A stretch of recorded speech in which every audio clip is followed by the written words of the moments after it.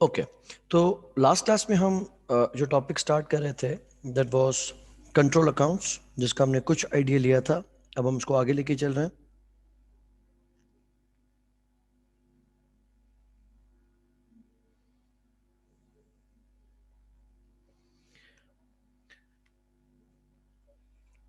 Control accounts का basically क्या game है कि एक होते हैं इंडिविजुअल अकाउंट्स, किसी भी रिकॉर्ड के जहां इंडिविजुअल अकाउंट्स हों। इंडिविजुअल अकाउंट्स का मकसद कि हम जब सेल करते हैं, क्रेडिट पे करते हैं, फिर पैसे कलेक्ट करते हैं या उसका अलाउंस बनाते हैं या कोई बेड डेट हो जाता है, उस पूरे गेम में क्या सिस्टम बनता है कि हम डिफरेंट कस्टमर्स को डील कर रहे होते हैं। तो हमारे पास एक कस्टमर्स की लिस्ट होती है या कस्टमर्स के पर्सनल अकाउंट्स होते हैं।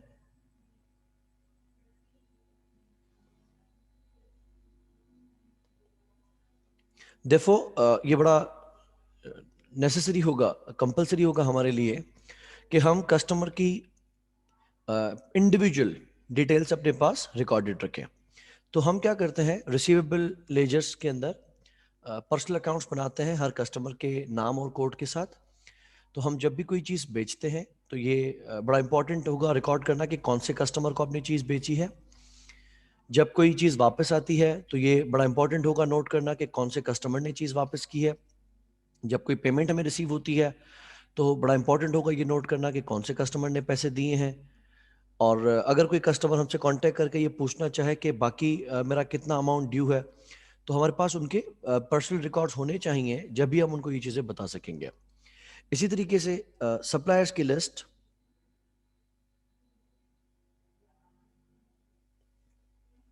कि हमारे जितने भी सप्लायर्स हैं, हमने किस सप्लायर से कितना सामान लिया है, किस सप्लायर को कितने पैसे दिए हैं, किस सप्लायर को कितना सामान वापस कर दिया है, कौन से सप्लायर को हमारे हिसाब से कितने पैसे मिलने हैं। तो परचेजेस है, लेकिन कौन से सप्लायर से परचेज की गई है ये नोट करना भी इंपॉर्टेंट है। तो हम क्या करते हैं, कस्टमर और सप्लायर्स का अलग एक लेजर मेंटेन करते हैं। लेट्स से इसी तरीके से हमारी कंपनी के पास प्लेंटी ऑफ एम्प्लॉयज हैं, तो हर एम्प्लॉय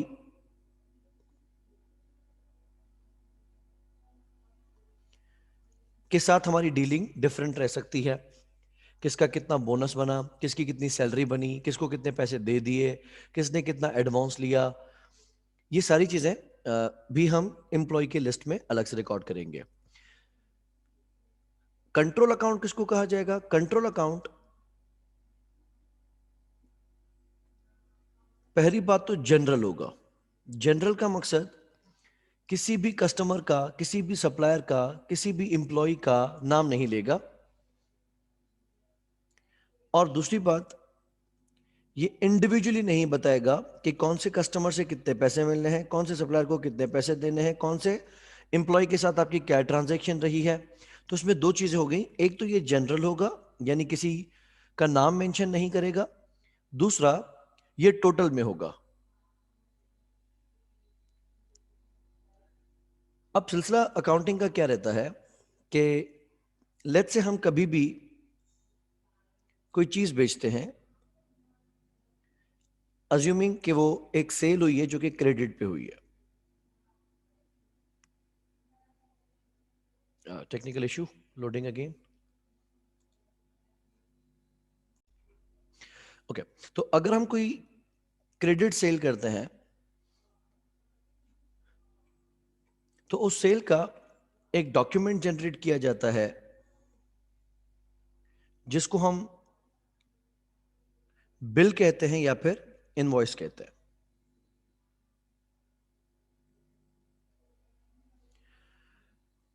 करेंगे हम क्या कि इस इनवॉइस में जितना भी अमाउंट होगा, क्रेडिट सेल्स बिजनेस जितनी भी करता है, वो डे बुक्स में कहां रिकॉर्ड की जाती है? कौन से डे बुक में रिकॉर्ड की जाएगी credit sale?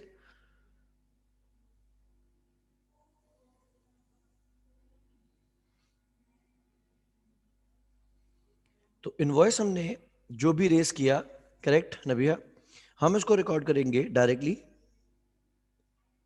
Sales day book के अंदर।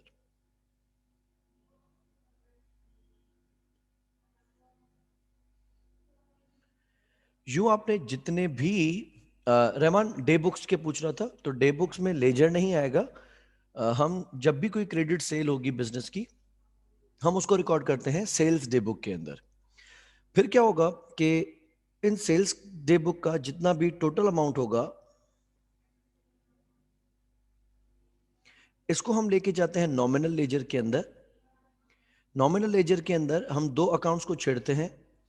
एक तो हम रिकॉर्ड करेंगे सेल्स, और दूसरा हम रिकॉर्ड करेंगे रिसीवेबल।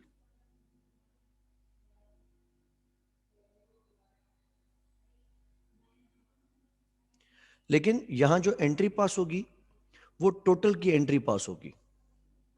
अज्यूम एक दिन में अगर हमने 15 कस्टमर्स को इनवॉइसेस इशू किए हैं, तो 15 कस्टमर्स को अगर लेट्स से हर कस्टमर ने हमसे लाख लाख रुपए की चीज खरीदी है, तो हम सेल्स डे बुक में 15 दफा एंट्री करेंगे लाख लाख रुपए की 15 कस्टमर्स की। लेकिन जो नॉमिनल लेजर के अंदर एंट्री पास की जाएगी वो एक ही होगी।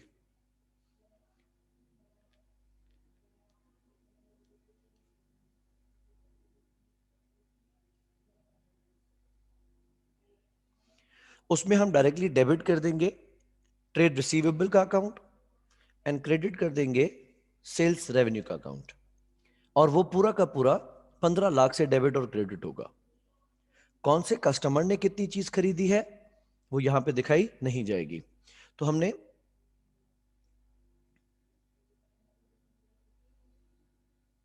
प्राइम एंट्री की सेल्स डे बुक में, और उसको समअप किया, समराइज किया, जो भी टोटल अमाउंट रहा वो हमने जनरल लेजर में भेज दिया। अब हमने जितनी बार भी रिसीवेबल्स को सेल की, उसको नॉमिनल लेजर में दिखाया। इसी तरीके से अगर वो कस्टमर्स ने हमें पेमेंट कर दी है,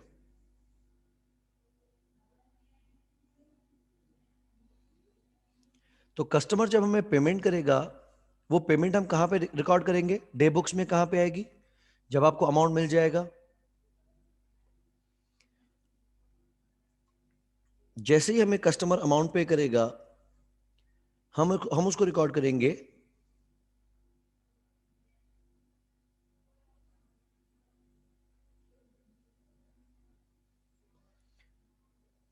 कैश डे बुक में, बिकॉज हमें पता है कि कैश की जो भी लेन देन होती है वो हम कैश बुक में रिकॉर्ड करते हैं।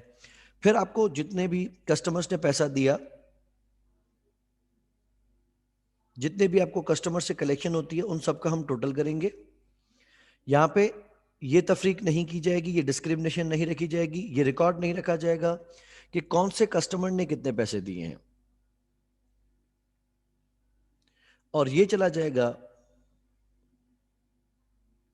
डेबिट हो जाएगा कैश और बैंक, और क्रेडिट हो जाएगा रिसीवेबल।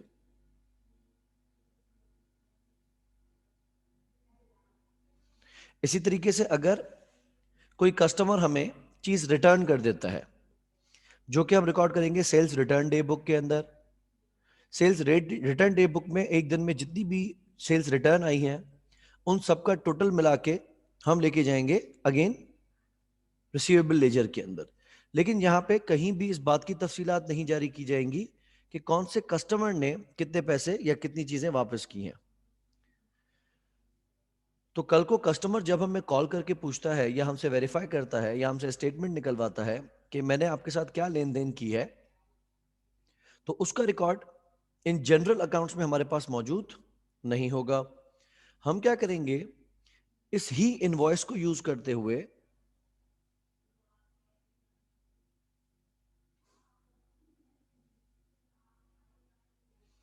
एक दूसरा लेजर मेंटेन करते हैं जो कि जनरल लेजर नहीं होता बल्कि होता है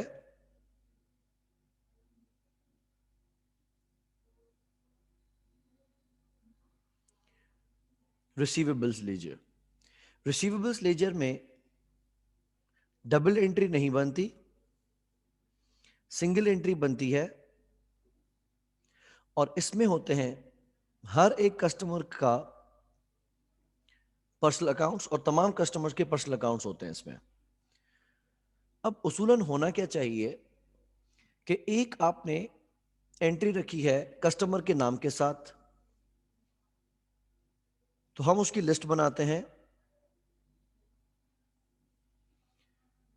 लेट्स से हमारा कोई कस्टमर का नेम या नंबर है और हम पर्सनल अकाउंट से निकालते हैं कि उसका क्लोजिंग अमाउंट कितना है।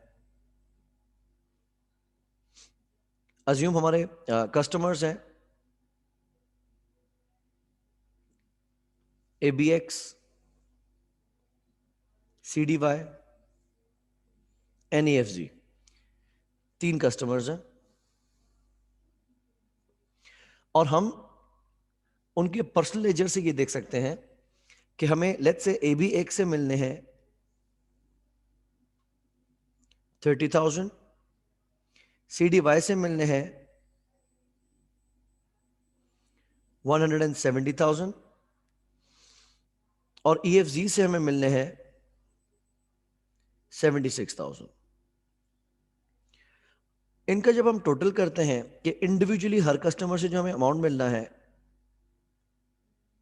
उन सबका अगर हम टोटल करें तो हमारा टोटल रिसीवेबल कितना है?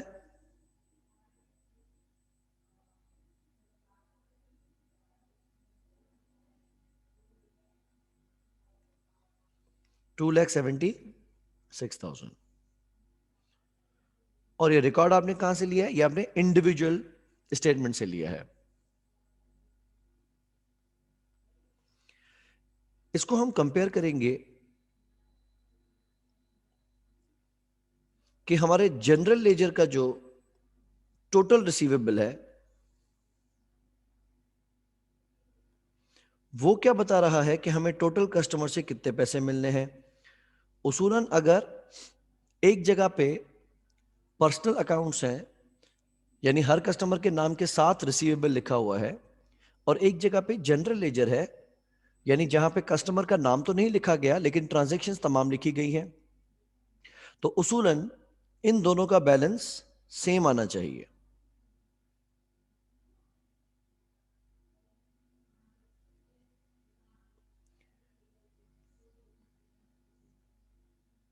क्योंकि रिकॉर्ड दोनों का सेम है, लेकिन अब यहां पे एरर की कोई गुंजाइश निकल सकती है कि कोई चीज एक जगह पे हमने रिकॉर्ड की है और दूसरी जगह पे रिकॉर्ड ना की हो, एक जगह पे कम रिकॉर्ड की है, दूसरी जगह पे ज्यादा रिकॉर्ड कर दी हो, कहीं अमाउंट की गलती कर दी है, तो यहां पे हमें एरर्स का पता चल सकेगा। लिहाजा एक सिस्टम स्टैब्लिश किया जाता है जिसको हमने नाम शुरुआत में दिया, हमने टॉपिक का अपना नाम दिया, दैट इज कंट्रोल अकाउंट्स।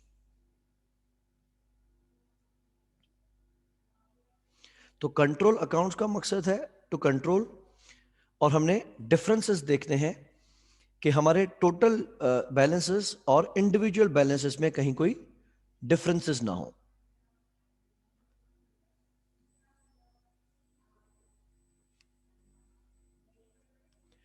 अच्छा, अब कंट्रोल अकाउंट्स में क्या जाएगा? हम तमाम उन रिकॉर्ड्स के कंट्रोल अकाउंट्स बनाएंगे जिन जिन के इंडिविजुअल रिकॉर्ड्स भी बनते हैं या मौजूद होते हैं।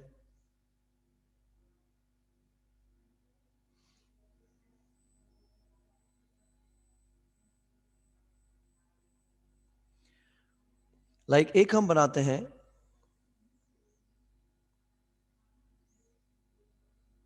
रिसीवेबल्स, या इसको कहा जाता है सेल्स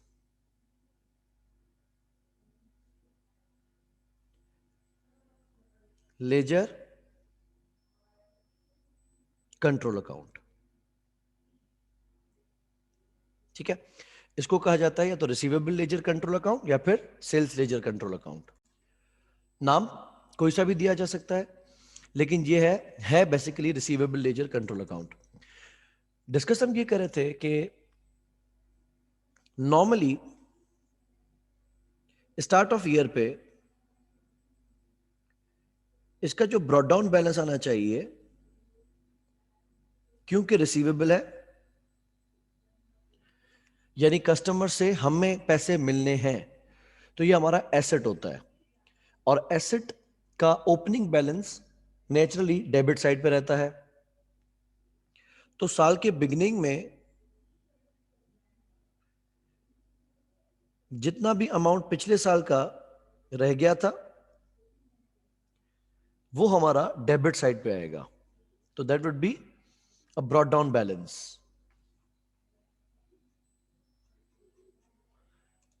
जितना भी पिछले साल के आखिर में हमारा ब्रॉड डाउन बैलेंस था, रिसीवेबल रह गया था, वो आएगा डेबिट साइड पे, जो भी अमाउंट था। कभी कभी ऐसा होता है कि कस्टमर हमें एडवांस में पैसे दे देता है, या कस्टमर ने चीज खरीदी, पैसे दे दिए और बाद में उसने चीज भी वापस कर दी। तो पॉसिबल हो सकता है कि कुछ कस्टमर्स के पैसे हमारे ऊपर ड्यू हो। ठीक है, ये हो जाएंगे एडवांस बैलेंसेस। अब इसकी दो पॉसिबिलिटीज हैं, या तो कस्टमर हमसे पैसे वापस ले सकता है, रिफंड ले सकता है, या फिर कस्टमर उसके बदले में कोई दूसरी चीज ले लेगा। तो अगर ऐसा हुआ कि कस्टमर ने आपसे बिल फर्स्ट 1 लाख रुपए की चीज खरीदी, आपने उसको रिसीवेबल में दिखा दिया, कस्टमर ने आपको लाख रुपए दे दिए, आपने डेबिट कैश क्रेडिट रिसीवेबल कर दिया, अब आपका रिसीवेबल 0 है। फिर क्या होता है कि कुछ टाइम के बाद कस्टमर वो आपको लाख रुपए की चीज वापस कर देता है। अब आप क्या करते हो, डेबिट कर देते हो इन्वेंट्री वापस और क्रेडिट कर देंगे रिसीवेबल को। लेकिन रिसीवेबल तो पहले से ही 0 था, लेकिन अब के बाद रिसीवेबल क्रेडिट में आ जाएगा क्योंकि कस्टमर के पैसे हमारे ऊपर ड्यू रह गए। अब दो पॉसिबिलिटीज रहेंगी, या तो कस्टमर हमसे चीज लेके जाएगा, या तो फिर कस्टमर हमसे पैसे वापस मांग सकता है। फिर हम रखेंगे सेल्स, क्योंकि जितनी ज्यादा हम सेल्स करेंगे उतना हमारा रिसीवेबल बढ़ेगा।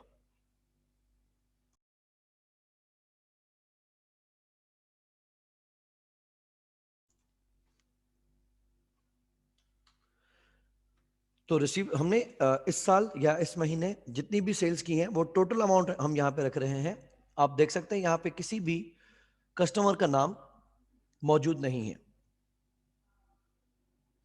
कुछ कुछ कंपनीज कस्टमर्स को एक डेडलाइन देती हैं कि आपने इस दिन के तक आपने हमें पेमेंट कर देनी है। लेकिन कस्टमर इन केस लेट करता है, और अगर कंपनी की पोजीशन स्ट्रांग है, ठीक है, और कंपनी को लगता है कि कस्टमर इस बात से नाराज नहीं होगा, तो कुछ कंपनीज क्या करती हैं, इन पे इंटरेस्ट चार्ज करती हैं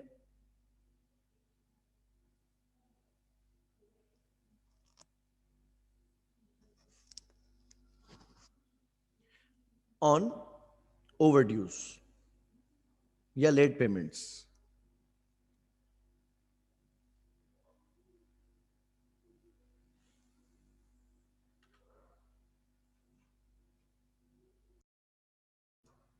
तो अगर कंपनी की पोजीशन स्ट्रांग रहती है, जिस तरह स्कूल्स हमारे साथ करते हैं, तो इंटरेस्ट या फिर पेनल्टी चार्ज कर लेते हैं।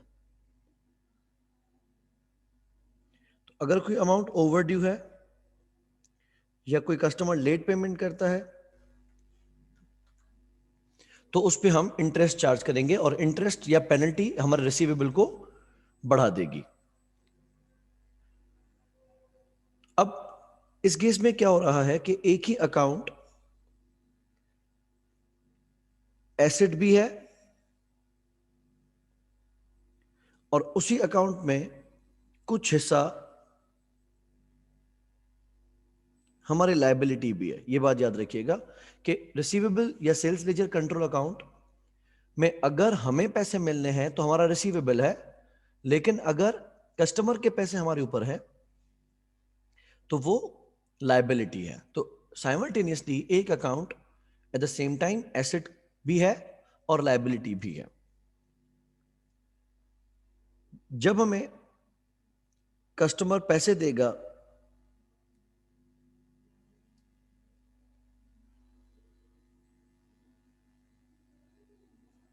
तो हमारा एसेट कम हो जाएगा, हमारा रिसीवेबल कम हो जाएंगे। इसी तरीके से अगर कस्टमर हमें सेल्स रिटर्न करता है, चीजें वापस कर देता है, तो जितना सामान वापस कर देगा उससे भी हमारे एसेट्स कम हो जाएंगे। जो कस्टमर्स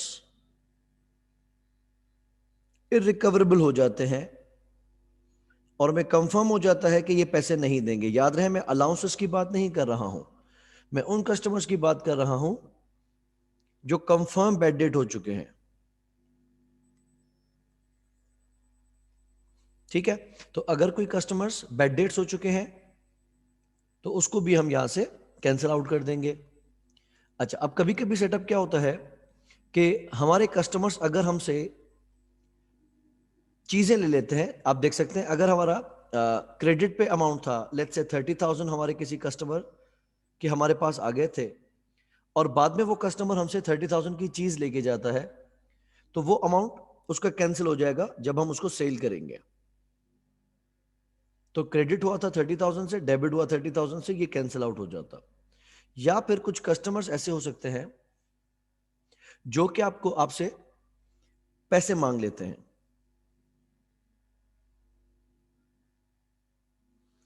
तो हम डेबिट करेंगे लायबिलिटी, यानी यहां पे रिसीवेबल, और क्रेडिट कर देंगे कैश। तो कैश यानी रिफंड्स की वजह से हमारा अकाउंट्स रिसीवेबल वाला डेबिट हो जाएगा and that is actually clearing the liabilities. अच्छा, एक चीज अब आप याद रखेंगे कि जब हम बात कर रहे हैं रिसीवेबल लेजर की, तो आई एक्चुअली मीन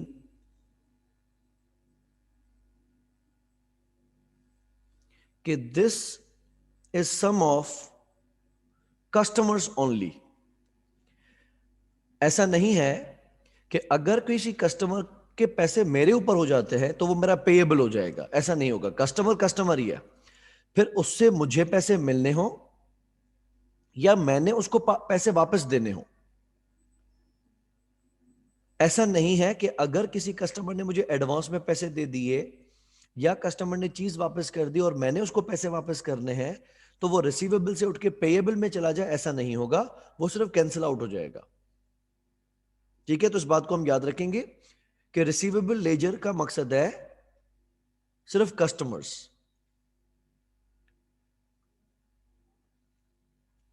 अब होता क्या है, कभी कभी सेम एंटिटी या सेम कस्टमर, सेम इंडिविजुअल आपका एक तरीके से कस्टमर भी होता है, यानी आपसे चीजें खरीदता भी है, और एक तरफ से वो आपका सप्लायर भी होता है, यानी आपको कुछ चीजें बेचता भी, यानी आप भी उससे कोई चीजें खरीदते हो।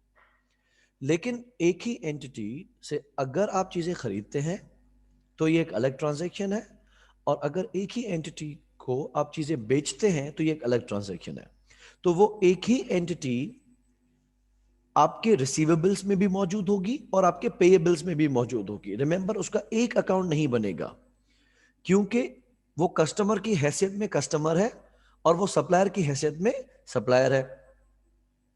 तो अगर हमें उससे पैसे कलेक्ट करने हैं से 230,000, 2,30,000, और हमें उसको पे करने हैं 130,000, 1,30,000, तो 230 जो हमें मिलने हैं वो रिसीवेबल में दिख रहे होंगे और 130 जो हमने उसको देने हैं वो पेएबल में दिख रहे होंगे अलग से। अब लेकिन क्योंकि हम दोनों इस बात पे एग्री करते हैं कि जो कॉमन बैलेंस है उसको काट लेते हैं, बाकी जो इजाफी अमाउंट है या वो आप मुझे दे दे या मैं आपको दे देता हूं, तो हम यहां से करते हैं कॉन्ट्रा।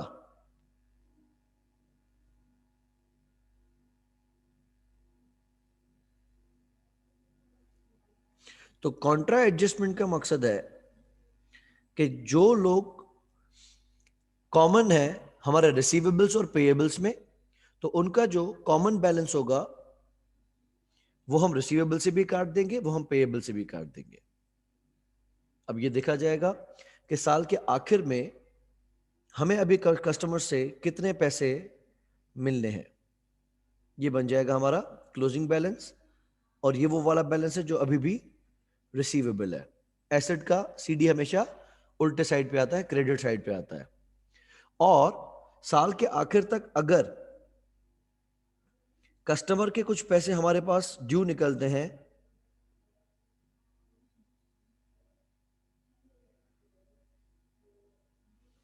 तो उसका बैलेंस डेबिट साइड पे आएगा बहैसियत एक लायबिलिटी के।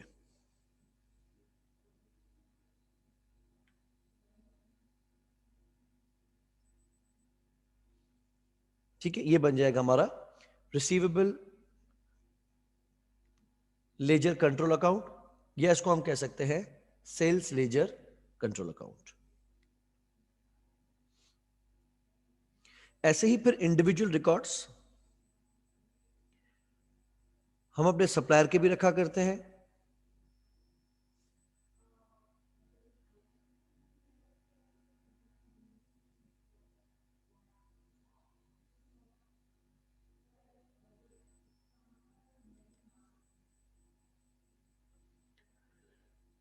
इसके लिए क्या सीन बनेगा, हम बनाएंगे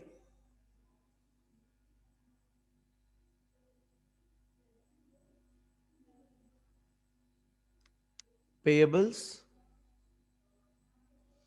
या जिसका दूसरा नाम है परचेस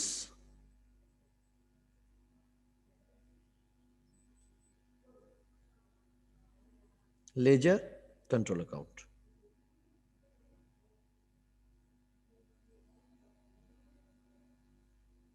फिर तो पेएबल लेजर कंट्रोल अकाउंट कहे या परचेज लेजर कंट्रोल अकाउंट कहें, it's same. Normally payable is a liability, तो इसका brought down balance credit side पे आना चाहिए।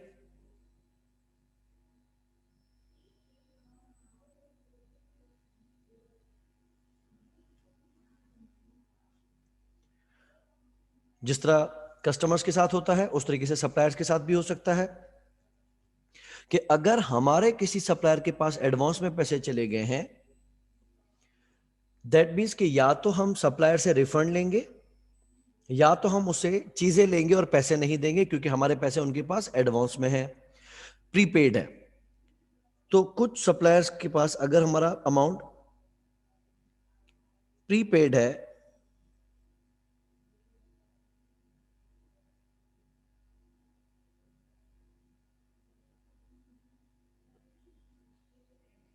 तो वो बैलेंस डेबिट पे भी दिख जाएगा।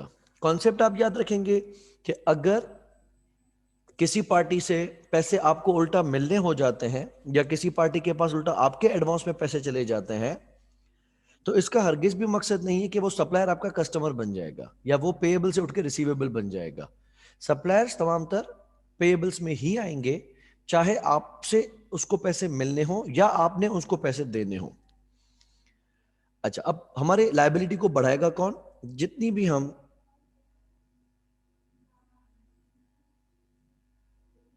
क्रेडिट परचेजेस करेंगे,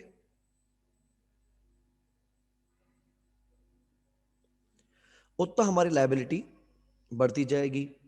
या अगर हमारे एडवांस में पैसे थे और हमने उसे चीज खरीद ली, तो वो हमारे एसेट को खत्म कर देगी।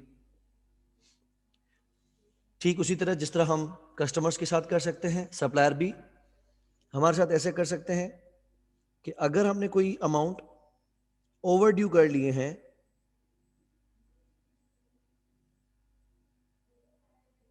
लास्ट डेट मिस कर दी है, डेडलाइन मिस कर दी है, तो हमारे ऊपर कोई पेनल्टी या फिर इंटरेस्ट चार्ज हो गया होगा। और जितना हम अमाउंट सप्लायर को पे कर देंगे,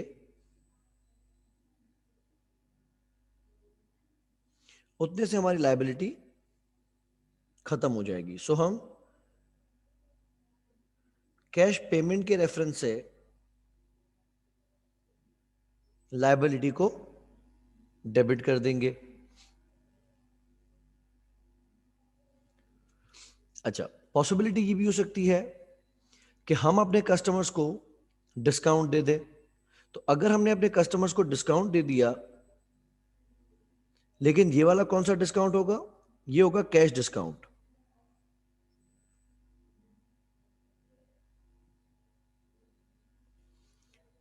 तो डिस्काउंट अलाउड की वजह से भी हमारा रिसीवेबल कम हो जाएगा,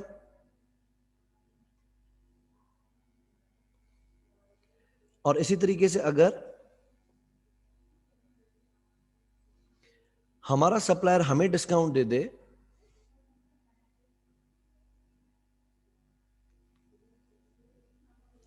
तो ये आ जाएगा डिस्काउंट रिसीव्ड। लेकिन हम सिर्फ कैश डिस्काउंट्स की बात कर रहे हैं। यस नबिया, डिस्काउंट अलाउड मुझसे मिस हुआ था, मैंने अभी रख दिया है। बाकी डिसऑनर्ड चेक्स की मैं पर अभी बात नहीं कर सकता जब तक मैं बाकी स्टूडेंट्स को बैंक रिकन्सिलेशन के कुछ आइडियाज ना दे दूं, बिकॉज तमाम स्टूडेंट्स को रिगार्डिंग दैट डिसऑनर्ड चेक अभी क्लियर नहीं हो सकेगा, लेकिन वो चीज़ें आती हैं। ओके, सो अगर हमें अपने सप्लायर ने डिस्काउंट अलाउ कर दिया है and we are talking about the cash discount only, तो वो हमारे पेएबल को कम कर देगा। इसी तरीके से अगर हमने परचेज आउटवर्ड्स या परचेज रिटर्न्स कर दी हैं, हमने सप्लायर को से खरीदे हुए सामान उसको वापस कर दिए, तो वो भी हमारी लायबिलिटी को कम कर देंगे। अगर कस्टमर से हम चीज़ खरीद लेते हैं तो भी हमारी एसेट्स क्लियर हो जाएंगे, या कभी कभी ऐसा हो सकता है कि हमें सप्लायर कैश वापस कर दे।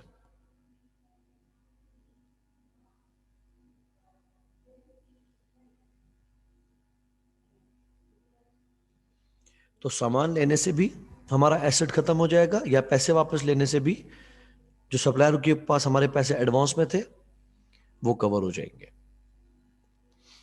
ठीक उसी तरीके से जिस तरह कॉन्ट्रा था कि अगर सेम एंटिटी या सेम कस्टमर आपका सप्लायर भी है, सेम इंडिविजुअल आपका कस्टमर भी आपका सप्लायर भी है, तो एज आई मेंशन के कस्टमर हमेशा रिसीवेबल लेजर कंट्रोल अकाउंट में रहेगा, चाहे आपने पैसे उससे लेने हो या आपने उसको पैसे वापस करने हो, लेकिन रहेगा वो रिसीवेबल लेजर कंट्रोल अकाउंट में ही। Same goes with suppliers. तो हम इसको जो कॉमन बैलेंस होगा उसको हम कॉन्ट्रा कर देंगे। तो जितने भी कस्टमर्स और सप्लायर्स कॉमन है, वहां से हमने रिसीवेबल को हटाया, यहां से हम पेएबल को हटा देंगे। बाय द एंड लायबिलिटी तो लायबिलिटी है, तो उसका सीडी बैलेंस डेबिट साइड पे आना चाहिए। तो जितना भी आपके ऊपर ड्यू है, लायबिलिटी है, वो यहां पे आ जाएगी। और अगर गेम कुछ ऐसा बनता है कि by the end of the year कुछ सप्लायर के पास आपके एडवांस रह जाते हैं,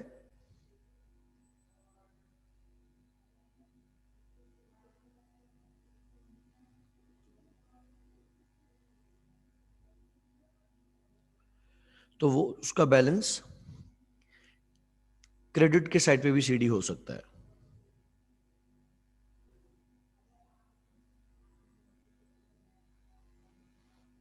ठीक है, ये बन जाएगा हमारा परचेज लेजर या payable laser control account.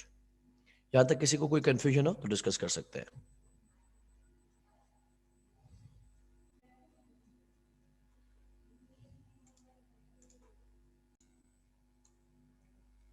You can observe a question over there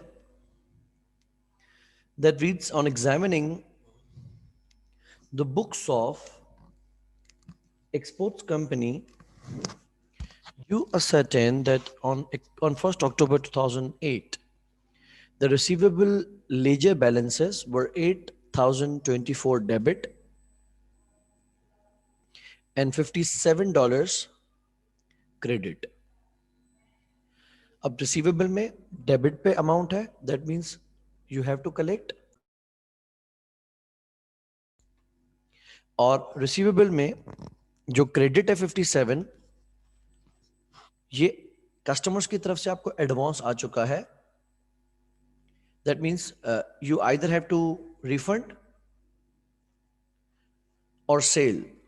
ठीक है, जब आप कस्टमर को चीज बेचेंगे तो भी ये क्लियर हो जाएगा, या जब आप कस्टमर को पैसे वापस कर देंगे तो भी ये क्लियर हो जाएगा। And the payables ledger balances on the same date was 6,235 credit and 105 debit. Clear हुआ? सेम बात हो गई कि पेएबल्स लेजर कंट्रोल अकाउंट में क्रेडिट साइड है, मतलब हमें पे करने हैं।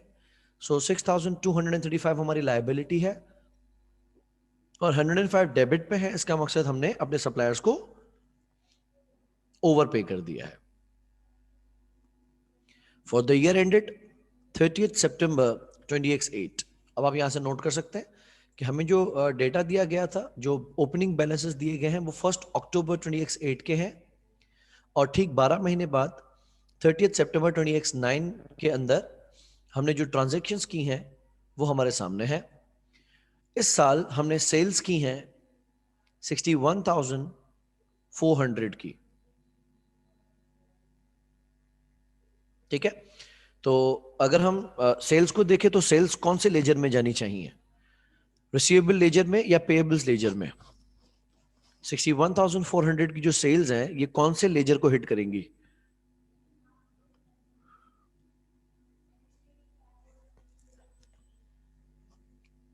करेक्ट रहमान, प्रिया, करेक्ट, रिसीवेबल्स को हिट करेगी, क्योंकि जितनी ज्यादा हम सेल्स करेंगे उतना हमारा रिसीवेबल का बैलेंस बढ़ेगा। तो हम इन सेल्स को डेबिट करेंगे रिसीवेबल लेजर कंट्रोल अकाउंट के अंदर, एंड क्रेडिट करेंगे सेल्स। तो मतलब जो सेल्स हैं वो एज अ रेफरेंस आएंगी, और हम डेबिट करेंगे रिसीवेबल लेजर कंट्रोल अकाउंट को 61,400 से। Then we have got purchases 39,974। Purchases कौन से अकाउंट को हिट करेंगी?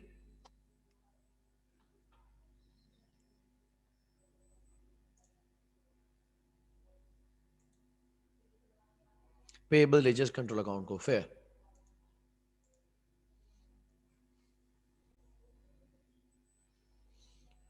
तो हम इन परचेजेस की वजह से डेबिट करेंगे परचेजेस या डेबिट करेंगे inventory, since we have discussed already periodic system. तो हम डेबिट करेंगे परचेजेस को, क्रेडिट करेंगे पेएबल्स को by 39,974। Cash from accounts receivable, customers ने हमें 55,212 दे दिए हैं। तो कस्टमर जब हमें पैसे देगा वो obviously receivable laser control account में ही जाएंगी। हम डेबिट करेंगे कैश और बैंक, और क्रेडिट करेंगे रिसीवेबल। बिल्कुल दुरुस्त है रहमान, क्रेडिट करेंगे हम रिसीवेबल्स को।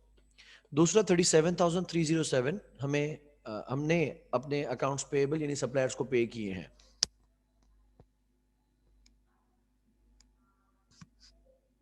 तो कैश को हम करेंगे डेबिट और पेएबल्स को हम करेंगे क्रेडिट। इनफैक्ट सॉरी, हम पे कर रहे हैं तो क्रेडिट करेंगे कैश एंड डेबिट करेंगे पेएबल्स अकाउंट। डिस्काउंट रिसीव्ड यानी जो हमें सप्लायर ने दिया है 1475 का है। डिस्काउंट रिसीव ऑब्वियसली सप्लायर की तरफ से भी हो सकता है, हम अपने आप को कभी भी डिस्काउंट नहीं दे सकते, ऑब्वियसली सप्लायर ने हमें डिस्काउंट दिया होगा। रिटर्न इनवर्ड्स यानी कस्टमर ने 1,002 रुपए की चीजें हमें वापस कर दी हैं। रिटर्न आउटवर्ड 535 की हमने अपने सप्लायर को चीजें वापस कर दी हैं। इरिकवरेबल डेट्स रिटर्न ऑफ 326 का अमाउंट है जो कि हमने राइट ऑफ कर दिया है, बैड डेट हो चुका है। Cash received in respect of debit balances in payables ledger, कि जो हमारे पैसे सप्लायर के पास एडवांस थे 105, आप ऊपर भी देख सकते हैं कि यहां पे 105 का बैलेंस हमारा ओवरपेड था, तो वो हमें सप्लायर ने कैश की सूरत में वापस कर दिया है। Next is amount due from customers as shown as receivable. 434 का अमाउंट ऐसा है जो कि कॉन्ट्रा है।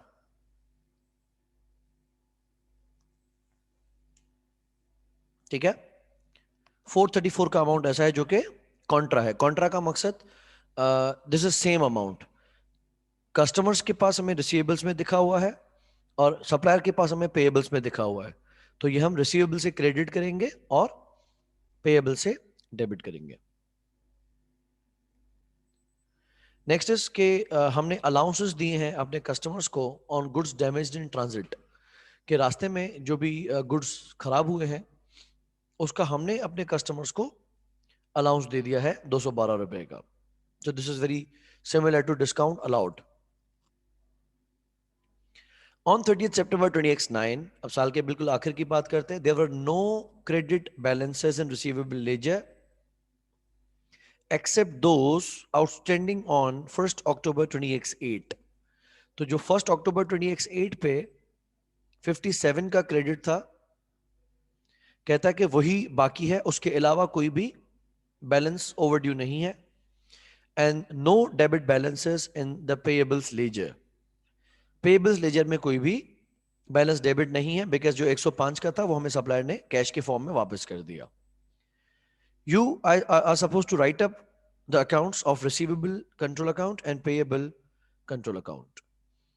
आई am waiting for your answer. आप लोगों ने सिर्फ मुझे ये बताना है कि हमारा क्लोजिंग बैलेंस क्या होगा, रिसीवेबल लेजर का क्लोजिंग बैलेंस क्या होगा और पेएबल लेजर्स का क्लोजिंग बैलेंस क्या होगा।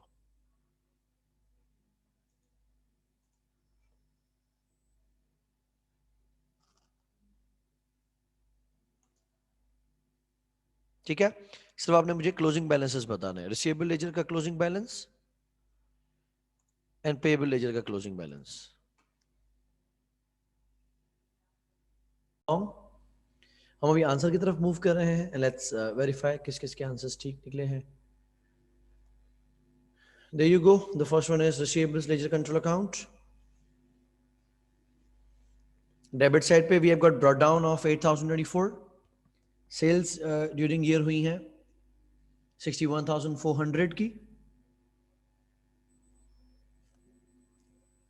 ठीक है नविया, so your answer is correct. Mohammad Maksi, it's नहीं, आप 1,22,000 पे चले गए मोहम्मद।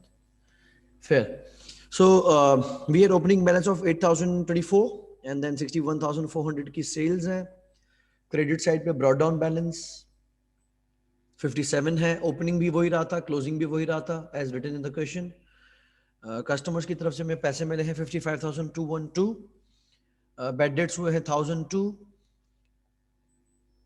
इनफैक्ट रिटर्न है 1,002 की। Let me verify. Okay, here is 1,002 के रिटर्न्स हैं, ठीक है। देन बैड डेट्स हैं 326 के, कॉन्ट्रा है 434 का एंड अलाउंसेस हैं for the goods damaged. So as I said, it's very similar to discount allowed. That is 212. So the CD balance is 12,238. 12,238. सिर्फ लास्टली मुझे अभी नबिया ने मैसेज भेजा है, उसमें लिखा था SLCA, sales ledger control account का balance 12,238। So only her answer is correct, बाकी तो जिन्होंने दिए नहीं और जिन्होंने दिए उनका गलत था। नेक्स्ट हम मूव कर रहे हैं पेएबल्स लेजर कंट्रोल अकाउंट या परचेज लेजर कंट्रोल अकाउंट की तरफ।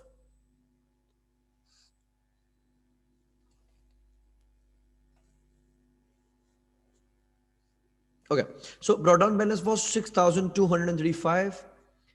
Sales, sorry, purchases हुई 39,974 और हमें कैश रिफंड हुआ था 105 का, जो कि बीडी बैलेंस था for advances on the debit side.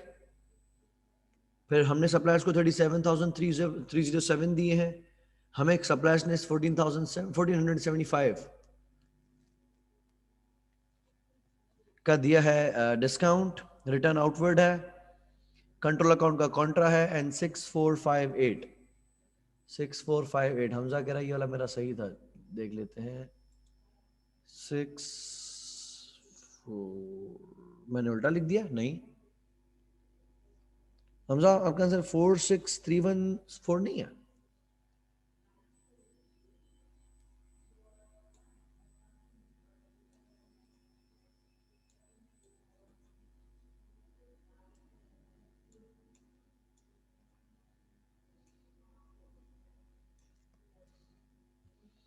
It is just, अच्छा आपने मुझे टोटल बता दिया है।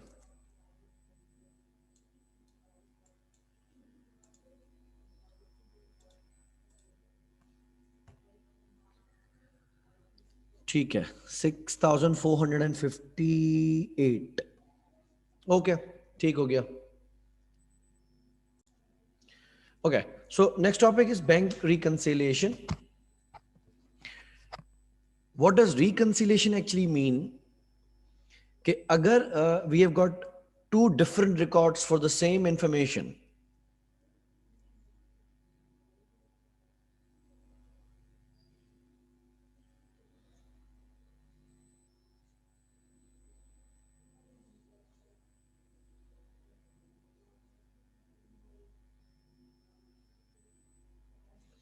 तो हम उन दोनों रिकॉर्ड्स को जब आपस में टैली करते हैं, मैच करते हैं, उसको हम कहते हैं टू रिकंसाइल।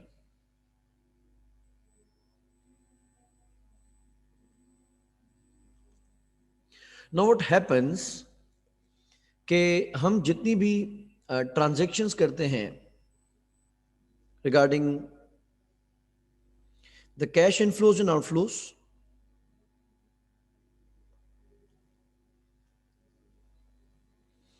तो एक बिजनेस में जितने भी कैश फ्लोज होते हैं उनको रिकॉर्ड किया जाता है। एक तो बिजनेस के अंदर हमारा जनरल लेजर होता है, और जनरल लेजर में हम एक अकाउंट मेंटेन करते हैं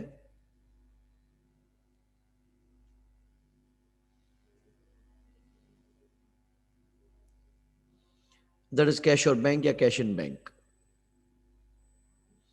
ये जो रिकॉर्ड है ये हमारा इंटरनल रिकॉर्ड है जो कि कंपनी ने खुद से मेंटेन किए हैं।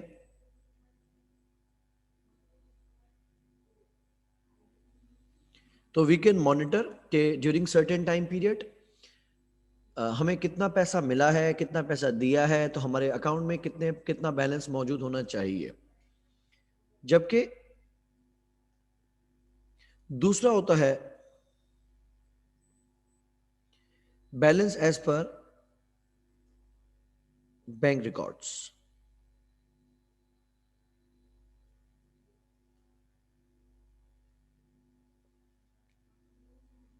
जो कि हम बैंक से ले सकते हैं बाय मींस ऑफ स्टेटमेंट, जिसको हम कहते हैं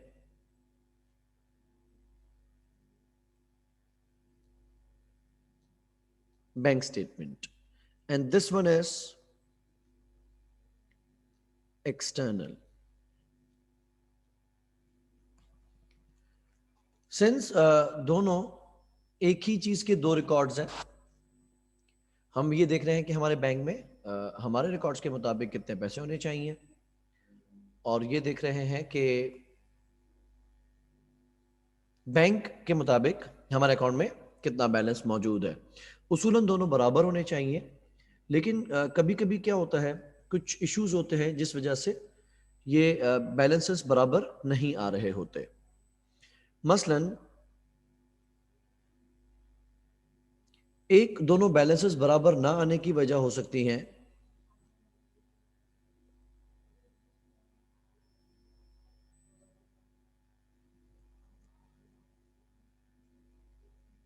कुछ डिस्कवरीज।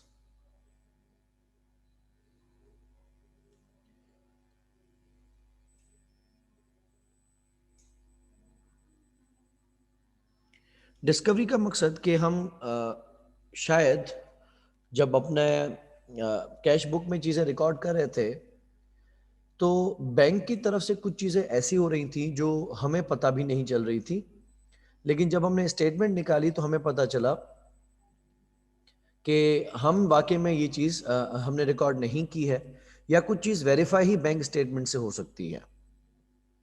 मिसाल, बैंक ने हमारे अकाउंट से चार्जेस डिडक्ट किए हैं,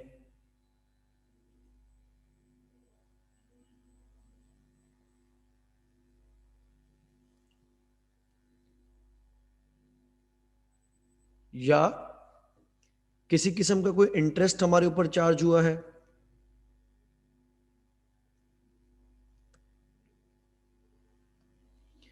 तो इनका तो सोर्स ही बैंक स्टेटमेंट होती है। तो कोई भी डिपॉजिट्स या विड्रॉल्स हमने बैंक स्टेटमेंट से, बैंक से किए होंगे, तो बैंक उस पर सर्विस चार्जेस रखता है या गवर्नमेंट की तरफ से कोई टैक्सेस होते हैं जिसको विथहोल्ड किया जाता है।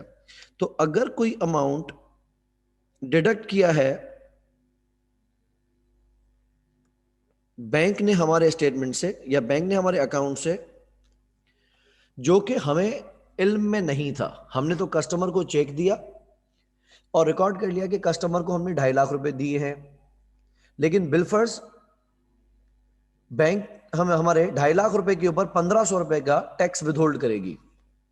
तो हमने 2.5 लाख की तो एंट्री पास कर दी, लेकिन 1,500 का जो टैक्स विथहोल्ड किया है बैंक ने, वो हमने तो रिकॉर्ड ही नहीं किया। जिस वजह से प्रॉब्लम अल्टीमेटली ये आई कि हमारे हिसाब से जो बैलेंस होना चाहिए था और बैंक के हिसाब से जो बैलेंस होना चाहिए था, उन दोनों में फर्क आ जाता है। ठीक, अच्छा, तो ये हमारी डिस्कवरी है, हमें पता चला कि ये चीज हमने रिकॉर्ड नहीं की थी, जिस वजह से उसके और हमारे बैलेंस में फर्क आ रहा है। दूसरा, बैंक हमें एक फैसिलिटी ऑफर करती है जो अगर आप लगाना चाहें तो लगा सकते हैं, जिसको हम कहते हैं स्टैंडिंग ऑर्डर।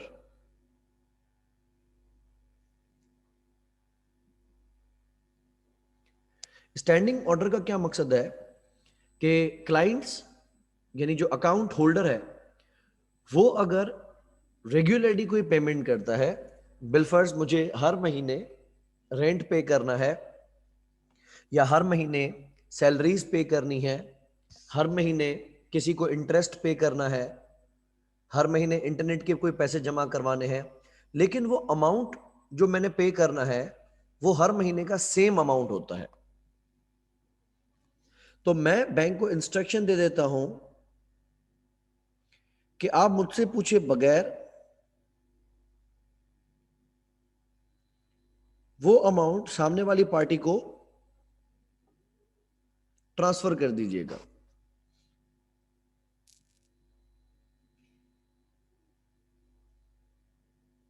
मिसाल, हमारे बिजनेस की जितने भी एम्प्लॉयज हैं परमानेंट, उनको हमने मंथली सैलरी पे करनी होती है और वो सैलरी बनती है बिलफर्स 180,000 रुपीज। तो हर महीने हम कस्टमर को, अपने एम्प्लॉय को चेक दें, वो चेक अपने बैंक अकाउंट में लेके जाए, उसका क्लियरिंग में जाए, हम क्या करते हैं, स्टैंडिंग ऑर्डर की फैसिलिटी मार देते हैं और बैंक को इंस्ट्रक्शन दे देते हैं कि हर महीने की पहली तारीख पर या दूसरी तारीख पर आपने हमारे अकाउंट से 180,000 रुपीज उस कस्टमर के या उस एम्प्लॉय के या उस क्लाइंट के अकाउंट में ट्रांसफर कर देना है। तो स्टैंडिंग ऑर्डर जो हमने दिया हुआ है और बैंक ने जब वो पास किया होगा, तो स्टेटमेंट से हमें पता चला होगा कि स्टैंडिंग ऑर्डर डिडक्ट हुआ है, जो कि हमने अपने कैश बुक में रिकॉर्ड मुमकिन तौर पे नहीं किया होगा। इसी से मिलती जुलती एक फैसिलिटी होती है जिसको हम कहते हैं direct debit.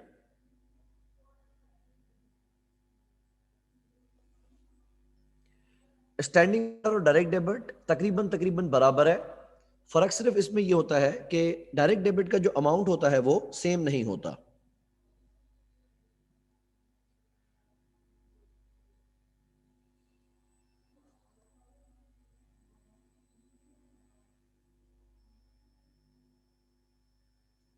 So this amount is generated by biller. Like अगर हमने हेस्को का बिल हर महीने पे करना है, स्विगेस का बिल पे करना है, या लैंडलाइन सर्विसेज पीटीसीएल का बिल पे करना है, या कोई फाइबर सर्विसेज है, इंटरनेट ब्रॉडबैंड सर्विसेज है, तो हमें पता है कि हर महीने हमें पे तो करना है। अब वो हमें बिल भेजें, हम फिर बैंक जाएं, बिल जमा कराएं, ऐसा मुमकिन है कि हम उसके डायरेक्ट डेबिट लगा दें और बैंक को कहें कि जितना भी अमाउंट वो जनरेट करता है बिलर में भी हम उस पर एक लिमिट लगा सकते हैं, क्योंकि पाकिस्तानियों का खौफ कहीं नहीं जा सकता। पाकिस्तानियों को डर लगेगा कि कहीं बाबदा हमारे ऊपर डिडक्शन मार दे, तो कहीं ऐसा ना हो कि वो सारी की सारी डिडक्शंस एक ठीक ठाक अमाउंट है वो बैंक की तरफ से निकल भी चला जाए जबकि हमें केस फाइट करना हो, तो उसकी एक लिमिट हो सकती है कि एक सर्टेन अमाउंट तक अगर बिल आता है तो आप उसको क्लियर कर दीजिएगा, लेकिन अगर सर्टेन अमाउंट से ज्यादा जाता है तो फिर आप हमारी परमिशन का वेट करिएगा। ठीक है, पॉसिबिलिटीज है। सो डायरेक्ट डेबिट में ऐसा होता है कि अगर सामने वाला आपका जो लेट्स से एक मार्केटिंग एजेंसी है या जो आपका ब्रॉडबैंड सर्विसेज है या आपकी जो इलेक्ट्रिसिटी सर्विसेज हैं, उन्होंने बिल जनरेट किया और वो बिल डायरेक्टली बैंक के अकाउंट में शो हुआ और वो ऑटोमेटिकली आपके अकाउंट से चार्ज हो गया, इसको हम कहते हैं डायरेक्ट डेबिट। तो ऐसा मुमकिन हो सकता है कि आपने अपने कैश बुक के अंदर वो बिल की एंट्री ना की हो, लेकिन जब आपकी स्टेटमेंट आती है तो उसमें आपको पता चलता है कि इस महीने का बिल या इस क्वार्टर का बिल इतना डिडक्ट हुआ है हमारे अकाउंट से। तीसरा होते हैं डायरेक्ट क्रेडिट्स।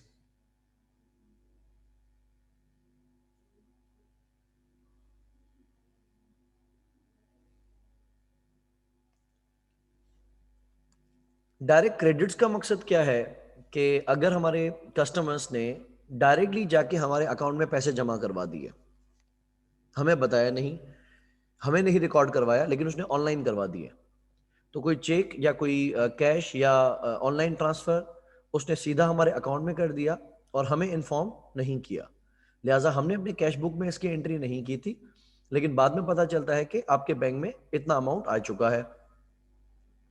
अच्छा, इसी तरीके से लेट्स से हमने कहीं शेयर्स खरीदे हुए हैं, उसका डिविडेंड आ गया, कहीं प्रॉपर्टी किराए पे दी हुई है, उसका किराया जमा हो गया, कहीं टीडीआर टर्म डिपॉजिट या फिक्स डिपॉजिट या सेविंग अकाउंट रखा हुआ है, वहां से हमें इंटरेस्ट आ गया, तो वो अमाउंट डायरेक्टली हमारे बैंक अकाउंट में क्रेडिट हो गया। तो वो क्रेडिट हो सकता है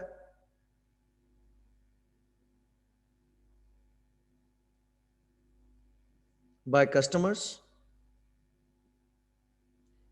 या मे बी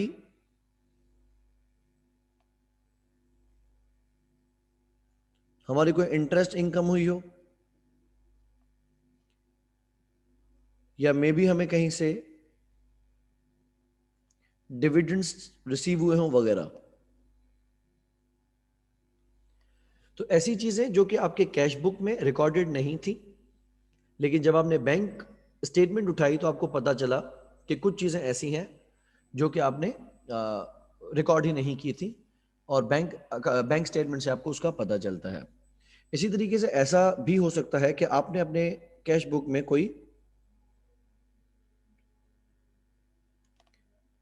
एरर्स किए हों।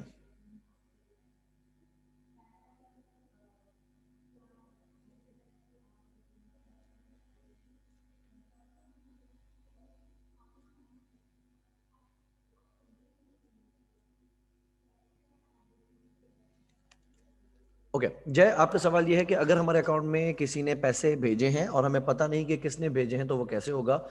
नॉर्मली सिस्टम ये होता है कि जब भी कोई डिपॉजिटर आपके अकाउंट में पैसे जमा कराने आता है तो उसने अपनी एनआईसी की कॉपी देनी होती है, या अगर वो उसी बैंक का कस्टमर है तो उसने अपना बैंक अकाउंट वहां पे देना होता है, या अगर उसने अपने अकाउंट से ट्रांसफर मारा है तो आपकी बैंक स्टेटमेंट में उसकी उसका अकाउंट नंबर आ रहा होता है और या उसका अकाउंट टाइटल आ रहा होता है, तो बैंक स्टेटमेंट में बात चीजें वाजे हो जाती हैं कि ये अमाउंट आया कहाँ से है। नॉर्मली ऐसा हो सकता है कि अगर आपने किसी कंपनी के शेयर्स खरीदे हैं या किसी कंपनी में कोई डिपॉजिट्स रखे हुए हैं, वहां से आपका इंटरेस्ट आ गया डायरेक्टली, तो वो भी पता चल जाएगा कि ये अमाउंट आया कहाँ से है। पहले पाकिस्तान में देखा जाए तो इस बात की का एक इशू था कि अकाउंट में पैसे जमा करवाने पे कोई पूछताछ नहीं होती थी। मैं कोई भी पैसे लेके जाता, डिपॉजिट स्लिप भरता, पैसे अकाउंट में डाल देता, तो मुझसे जो टेलर होता, जो कैशियर होगा, वो पूछेगा नहीं कि आप कौन हैं और आप इसके अकाउंट में पैसे क्यों डाल रहे हैं। फिर ये प्रॉब्लम हुआ कि जब हमने कुछ पॉलिटिशियंस को पकड़ा और देखा कि ये अकाउंट्स में इनके पैसे हैं या नहीं है, तो पता चला कि कोई गोले गंडे वाला है, कोई पान वाला है, कोई खोखे वाला है, उनके अकाउंट्स में से अरबों रुपए की ट्रांजैक्शन, कोई आइसक्रीम वाला है उसके अकाउंट से अरबों रुपए की ट्रांजैक्शन निकल आ रही है। तो उनको जब हम पकड़ के पूछ रहे हैं कि भाई तुम कहाँ से लाए, तो बोला पता नहीं, मेरे पास कहाँ से है अरबों रुपए, अगर अरबों रुपए होते तो मैं आइसक्रीम बेच रहा होता। तो उसको चेक करने में पता चलता है कि उसका अकाउंट, उसको पता ही नहीं है कि उसका अकाउंट भी खुला हुआ है और उसमें कोई ट्रांजेक्शन भी हो रही हैं। अब अगर हम उस गोले गंडे वाले को पकड़ेंगे भी तो हमें मिलेगा क्या, क्योंकि उसके नाम पे ट्रांजेक्शन हुई है लेकिन ट्रांजेक्शन करने वाला वो नहीं था। तो सवाल ये उठना चाहिए था कि पैसे जमा किसने करवाए इसके अकाउंट में। जब हम वो ढूंढने लगे तो हमें पता चला कि इस बात की तो कोई तफसीलात बैंक के पास है ही नहीं कि पैसे जमा कौन करवाने आया। और अब सालों पुरानी कोई सीसीटीवी भी हम नहीं निकाल सकते कि उसकी शक्ल देखें कि पैसे किसने जमा करवाए थे। लिहाजा गवर्नमेंट को बड़ी ट्रबल हो रही थी इसमें। और अभी जो एंटी मनी लॉन्ड्रिंग का सिस्टम चल रहा है, एफएटीएफ का ना, फेटिफ का, तो उसमें इस बात का बड़ा ख्याल किया जाता है कि आपको डिटेल्स होनी चाहिए कि कौन किसके अकाउंट में पैसे जमा करवा रहा है। अब अगर आप किसी के अकाउंट में पैसे जमा करवाने जाएंगे तो आपको अपना शनाख्ती कार्ड देना पड़ेगा, उसकी कॉपी देनी पड़ेगी, या उसमें अपना अकाउंट नंबर डालना पड़ेगा, अपना मोबाइल नंबर डालना पड़ेगा, पूरी डिटेल्स डालनी पड़ेगी और पर्पस डालना पड़ेगा कि किस वजह से आप मेरे अकाउंट में ये पैसे जमा करवा रहे हैं। फिर तुम्हें बहरहाल बैंक स्टेटमेंट से पता चल जाएगा कि किसने पैसे जमा करवाए। अच्छा, एक चीज इसमें हमें हाईलाइटेबल है कि हमारे पास जब भी पैसे आते हैं तो हमारे यहाँ क्या होता है कि कैश इनफ्लो जब होता है, यानी पैसे जब रिसीव होते हैं, एसेट जब इंक्रीज होता है, तो हम अपने अकाउंट्स में क्या करते हैं, इसको डेबिट करते हैं।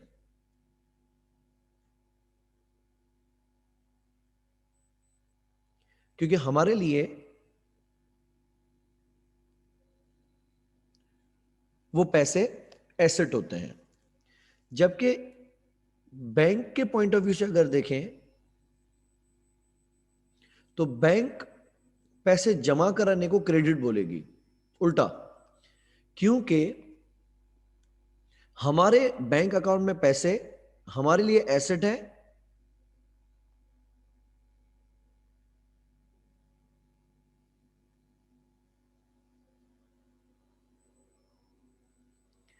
लेकिन बैंक के लिए वो चीज लायबिलिटी है। तो ये सिलसिला थोड़ा रिवर्स में चलता है। इसी तरीके से अगर कोई कैश पेमेंट होती है तो हम जब कोई पेमेंट करते हैं तो अपने जनरल लेजर में, अपने अकाउंट्स में, अपने रिकॉर्ड्स में हम उसको शो करते हैं क्रेडिट, क्योंकि पैसे जाने से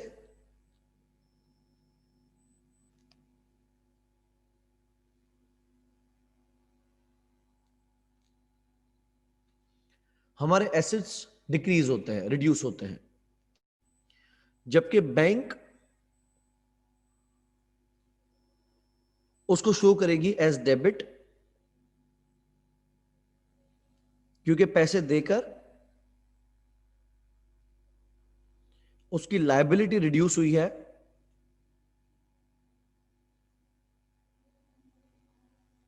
या फिर एलिमिनेट हो गई है। तो अगर कोई कस्टमर अपने अकाउंट से पैसे निकाल लेता है, या कस्टमर इंस्ट्रक्ट करता है बैंक को कि सामने वाली किसी पार्टी को मेरे अकाउंट से पैसे दे दें, तो वो बेसिकली डेबिट हो जाता है। अच्छा, बैंक अकाउंट में दो पॉसिबिलिटीज हो सकती हैं कि हमारा जो बैंक बैलेंस होगा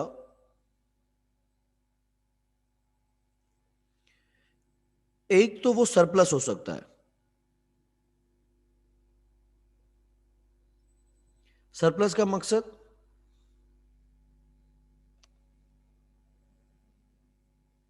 कि हमारा जो इनफ्लो है वो आउटफ्लो से ज्यादा है, तो यानी हम प्लस में रहेंगे और हमारे अकाउंट में बैलेंस मौजूद होगा। कभी कभी क्या होता है कि अगर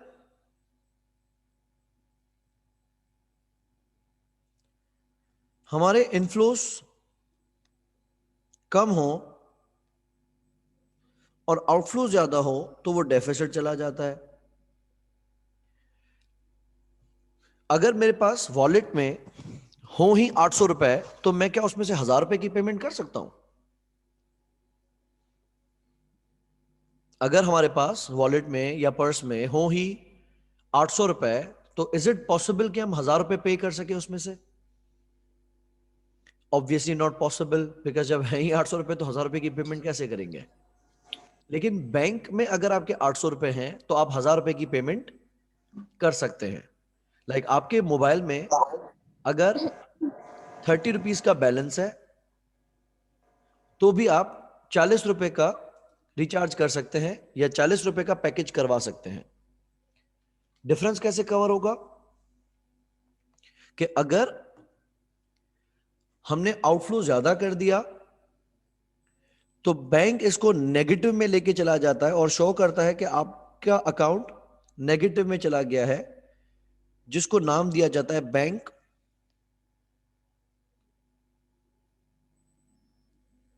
ओवरड्राफ्ट।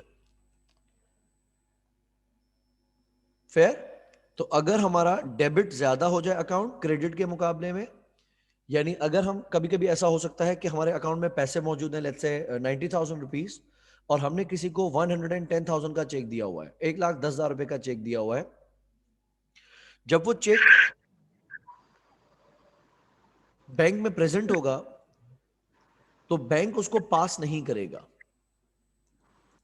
बैंक अगर उसको पास नहीं करेगा तो वो चेक हो जाएगा डिसऑनर, या जिसको हम कहते हैं बाउंस। लेकिन अगर आपकी मैनेजर के साथ अच्छी है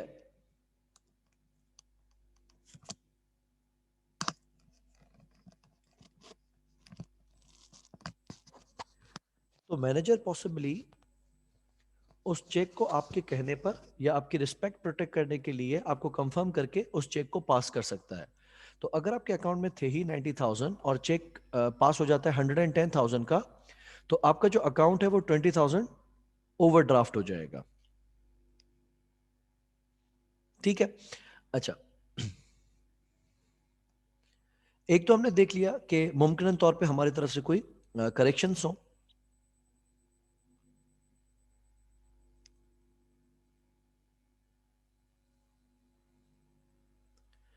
दूसरा, टाइमिंग डिफरेंसेस आ सकते हैं।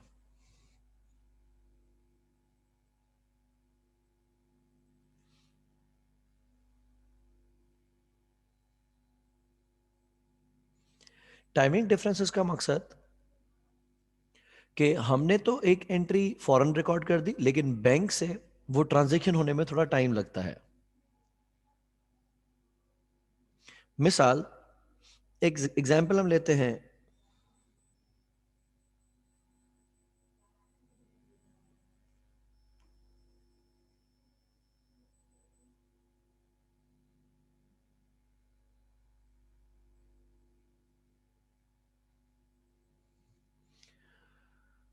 फॉर अनप्रेजेंटेड चेक्स,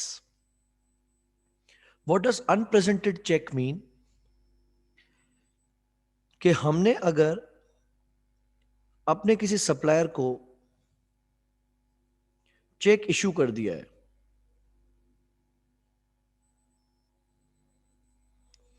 एक बात अच्छी तरीके से आपको याद रहनी चाहिए, अगर आपने बैंकिंग में आपका बिल्कुल भी एक्सपीरियंस नहीं है, तो चेक के थ्रू पैसे निकाले जा सकते हैं, चेक के थ्रू पैसे डिपॉजिट कभी भी नहीं किए जा सकते। चेक के थ्रू बैंक अकाउंट डेबिट किया जा सकता है, अपने चेक के थ्रू बैंक अकाउंट को कभी भी क्रेडिट नहीं किया जा सकता। तो अगर हमने अपने सप्लायर को चेक इशू किया तो जैसे ही हमने चेक दिया होगा फौरन हमने डेबिट कर दिया होगा अकाउंट्स पेएबल एंड क्रेडिट कर दिया होगा बैंक। लेकिन बैंक को तब तक पैसे डेबिट नहीं करने जब तक वो सप्लायर चेक बैंक में लेके नहीं जाता। तो the supplier has to present the cheque before the bank. तो जब वो डिपॉजिट डालेगा, क्लियरिंग में डालेगा या चेक लेके जाएगा, तब ही हमारा बैंक उसको डेबिट करेगा। तो बिलफर्ज अगर ऐसा होता है कि आज 31 दिसंबर है या कल 30 दिसंबर थी, हमने 30 या 31 दिसंबर पे अपने किसी सप्लायर को चेक दे दिया, हमने तो चेक देते ही फौरन रिकॉर्ड कर दिया कि हमारे पैसे चले गए। लेकिन पहली तारीख तक, 2 तारीख तक, पहली तारीख पे तो ऑब्वियसली बैंक्स बंद होते हैं, 1 जनवरी पे बैंक्स बंद होते हैं। लेकिन अगर ऐसा होता है कि लेट्स से 2 या 3 जनवरी पे वो चेक प्रेजेंट होता है, तो जब जाके वो हमारे अकाउंट से डेबिट होगा। मीनवाइल जब हम 31 दिसंबर पे स्टेटमेंट निकालेंगे और देखेंगे कि हमारे हिसाब से बैलेंस कितना होना चाहिए और बैंक के हिसाब से बैलेंस कितना है, तो ऑब्वियसली दोनों में फर्क आएगा। बिकॉज वो चेक्स जो कि हमने इशू कर दिए हैं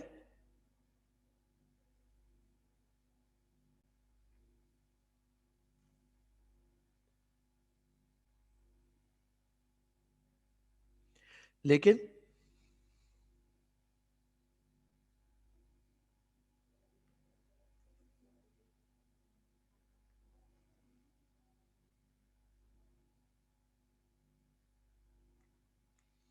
लेकिन सामने वाली पार्टी ने वो चेक अभी तक बैंक में प्रेजेंट किया ही नहीं है, ठीक है? तो उस वजह से एक डिफरेंस आ सकता है।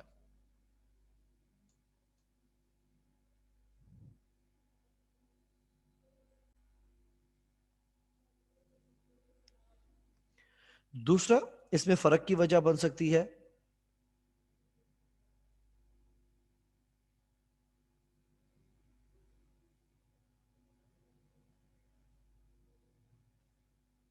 बैंक लॉजमेंट्स। लॉजमेंट्स का मकसद है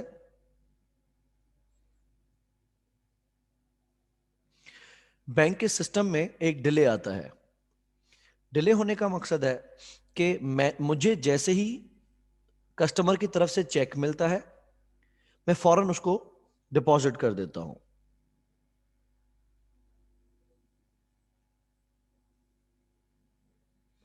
लेकिन वो चेक जाता है क्लियरिंग में।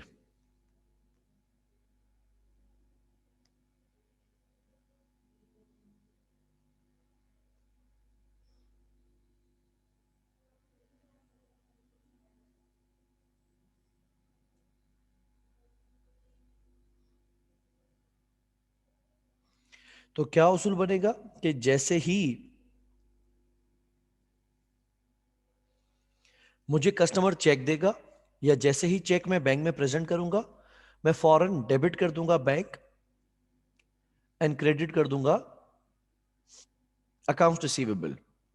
लेकिन पता चलता है कि उस कस्टमर का अकाउंट किसी दूसरे बैंक में है, जिसको क्लियर होने में टाइम लग सकता है।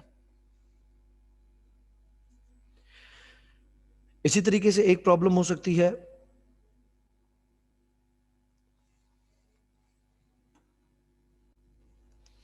कि लेट्स से वो चेक हमने तो डिपॉजिटेड माना,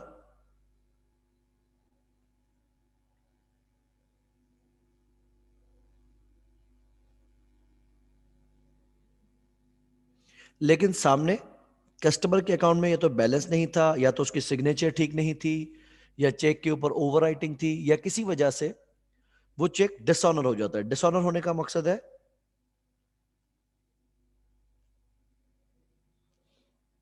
बाउंस हो जाता है।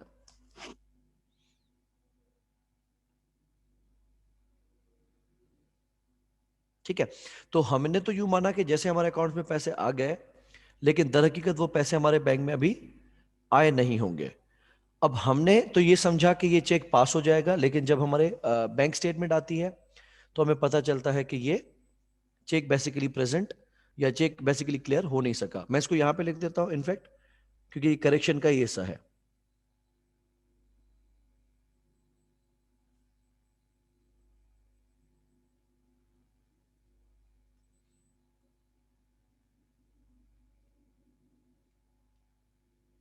ठीक है, हम अपनी नॉर्मल लैंग्वेज में इसको यूज करते हैं चेक का बाउंस हो जाना। तो हम कस्टमर का अकाउंट रिवर्स कर देंगे, क्योंकि उसने हमें पैसे दिए तो थे, लेकिन वो अमाउंट क्लियर हो नहीं सका। तो ये कुछ चीजें होती है जिस वजह से हमारा बैलेंस जो हमारे कैश बुक के हिसाब से होता है और बैलेंस जो बैंक स्टेटमेंट के हिसाब से होता है, वो दोनों सेम नहीं आ रहे होते। तो कुछ तो करेक्शंस हैं जो कि आपको ठीक करनी पड़ेंगी। मिसाल मैंने जिस तरह पहली बात की, ये वो चीजें हैं जो आप जब तक ठीक नहीं करोगे वो तब तक ठीक होंगी नहीं। और दूसरा केस है टाइमिंग डिफरेंसेस। ये अगर आप थोड़ा टाइम छोड़ देंगे तो खुद ही ठीक हो जाएंगी। तो ये वाला जो पार्ट है,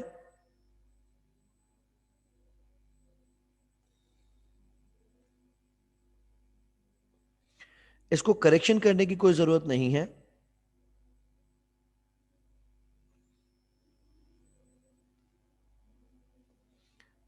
लेकिन इसका सिर्फ और सिर्फ वेट करना है। बिकॉज